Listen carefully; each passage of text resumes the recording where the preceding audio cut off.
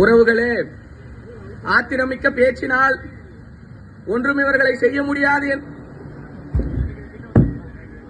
ஆத்திரமிக்க பேச்சினால் இவர்களை ஒன்றும் செய்துவிட முடியாது என்று நினைக்கிறார்கள்.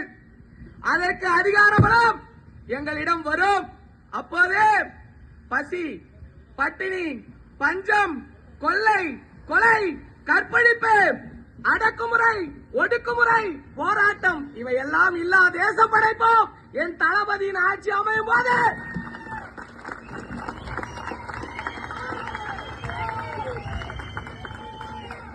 இது ஒன்றும் கூக்குரல் அல்ல, இது தனி மனிதனின் பேச்சு அல்ல.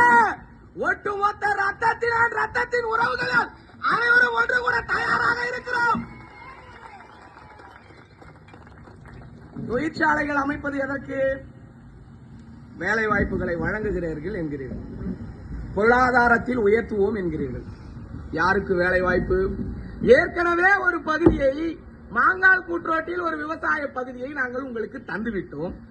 அதன் மூலமாக நாங்கள் பல்வேறு வேலை வாய்ப்புகளை பெற்றுவிட்டோம். மாற்று மாவட்டமான காஞ்சிபுரத்தில் இருக்கிறவனுக்கு நாங்கள் வேலை தரையா? நாங்க மாற்று மாவட்டத்தில் இருக்கிற, காஞ்சிபுரத்தில் இருக்கிற மாவட்ட சொந்தங்களுக்கு வேலை தரோம். எங்களுக்கு எதுக்கு மறுபடியும் வேலை வாய்ப்பு? எங்களுக்கு எதுக்கு வேலை வாய்ப்பு? எங்களுக்கு வேலை வாய்ப்பு வேணுமா? பொருளாதாரத்தில் உயர்த்தணும். அதுதான் தொழில்முறையோட இரண்டாவது பெரிய அம்சம். தொழில்துறையில வளர்றதுல இரண்டாவது பெரிய அம்சம் என்னன்னு கேட்க போனா, பொருளாதார ரீதியா வளர்ச்சி அடையணும். பொருளாதாரத்தின் வளர்ச்சிக்கு உச்சிக்கு நாங்கள் சென்றிருக்கிறோம். அதற்கு எடுத்துக்காட்டு என்னவென்று தெரியுமா? கடைகோடி பகுதியாக இருக்கிறோம் திருவண்ணாமலை மாவட்டத்திலே. நாங்கள் எங்களையும் பாதியாக பிரியுங்கள். ஆரணி, வந்தவாசி, செய்யாறு என பாதியாக பிரியுங்கள். ஒரு பக்கம் செங்கம், திருவண்ணாமலை என பிரியுங்கள். எங்களது வரவு செலவுகளை கணக்கிடுங்கள் என் அன்பின் பிறந்த உறவுகளை. அப்போது தெரியும் பொருளாதாரத்தில் நாங்கள் வளர்ந்திருக்கிறோமா இல்லையா என்பதை. அழகா ராம்நாடு பக்கம் போயிடுங்க, பாலைவனம் மாதிரி காட்சி அளிக்கும். அங்க போய் உங்க கூரையை போடுங்க. அங்க போடலான்னு பாத்தீங்கன்னா அங்க என்ன நடக்காதுன்னா, அங்க நீர் மேலாண்மை இருக்காது. ராமநாதபுரம் மாவட்டங்கள்ல நீர் மேலாண்மை இருக்காது. அதெல்லாம் ஒன்னும் பண்ண முடியாது. ஆனா வேலை வேணும்னு அவன் தான் அறிவிக்கிட்டு இருக்கான். டெல்டா பகுதிகளிலும் கொங்கு மண்டலங்களிலும் சாரையாக காஞ்சிபுரம், செங்கல்பட்டு மாவட்டங்களுக்கு படையெடுக்கிறார்கள் என் இளைஞர்கள் உறவுகள். அவர்களிடம் சென்று அங்கே ஒரு கூரையை போடுங்கள். பச்சை பசையில் என பூத்திருக்கும். எனக்கு வேலை தரேன்னு என் தாத்தா பாட்டி 70 வயசுல உழைப்பாங்கயா. அவங்களுக்கு என்ன வேலை தருவ கம்பெனில? நீ பெரிய ஆள் தானே, அவங்களுக்கு என்ன வேலை தருவ? 70 வயசு உழைக்காம எங்க தாத்தாவும் பாட்டியும் சாப்பிட மாட்டாங்க. அவங்களுக்கு என்ன வேலை தருவ நீ? இல்ல தெரியாம கேக்குற ஏவா வேலை அவர்களே, என்ன வேலை தருவீங்க? 70 வயசு தாத்தா பாட்டிக்கு என்ன வேலை தருவீங்க? அவங்க உழைக்காம சோம்பேறியா இருக்க மாட்டோம், நாங்க வேலை செஞ்சு சாப்பிடுவோம், எங்களால இருக்க முடியாதுன்னு இளைஞர்களுக்கு வேலை தந்துருவீங்க. என் அண்ணன் தம்பி வேலை வாங்கிட்டு போயிடுவான். 70 வயசு பூமியை பார்க்காம எங்களுடைய பூமி, எங்களுடைய மண் தான் எங்களுடைய சொர்க்கம். எங்களுடைய பூமி தான் என்னுடைய சொர்க்கம். என்னுடைய சொர்க்கத்தை அழித்து எனக்கு வாழ்விடம் வேண்டுமா? நேற்று ஒரு அருமையான கதை ஒன்று படித்தேன். அந்த கதையிலே ஒருவன் குதிரை வண்டியில் சென்று கொண்டிருக்கிறான். அவனுடன் ஒரு நாய்க்குட்டி சென்று கொண்டிருக்கிறது. அதோடவே யமதர்மன் அவன் உயிரை பறிக்கிறான். மேலே செல்லுகிறான். ஒரு 20 மைல் மேலே சென்றவுடன் ஒரு நீர்வீழ்ச்சி வருகிறது. அந்த நீர்வீழ்ச்சியின் அருகிலே ஒரு காவலன் இருக்கிறான். அந்த காவலனிடத்திலே கேட்கிறார்,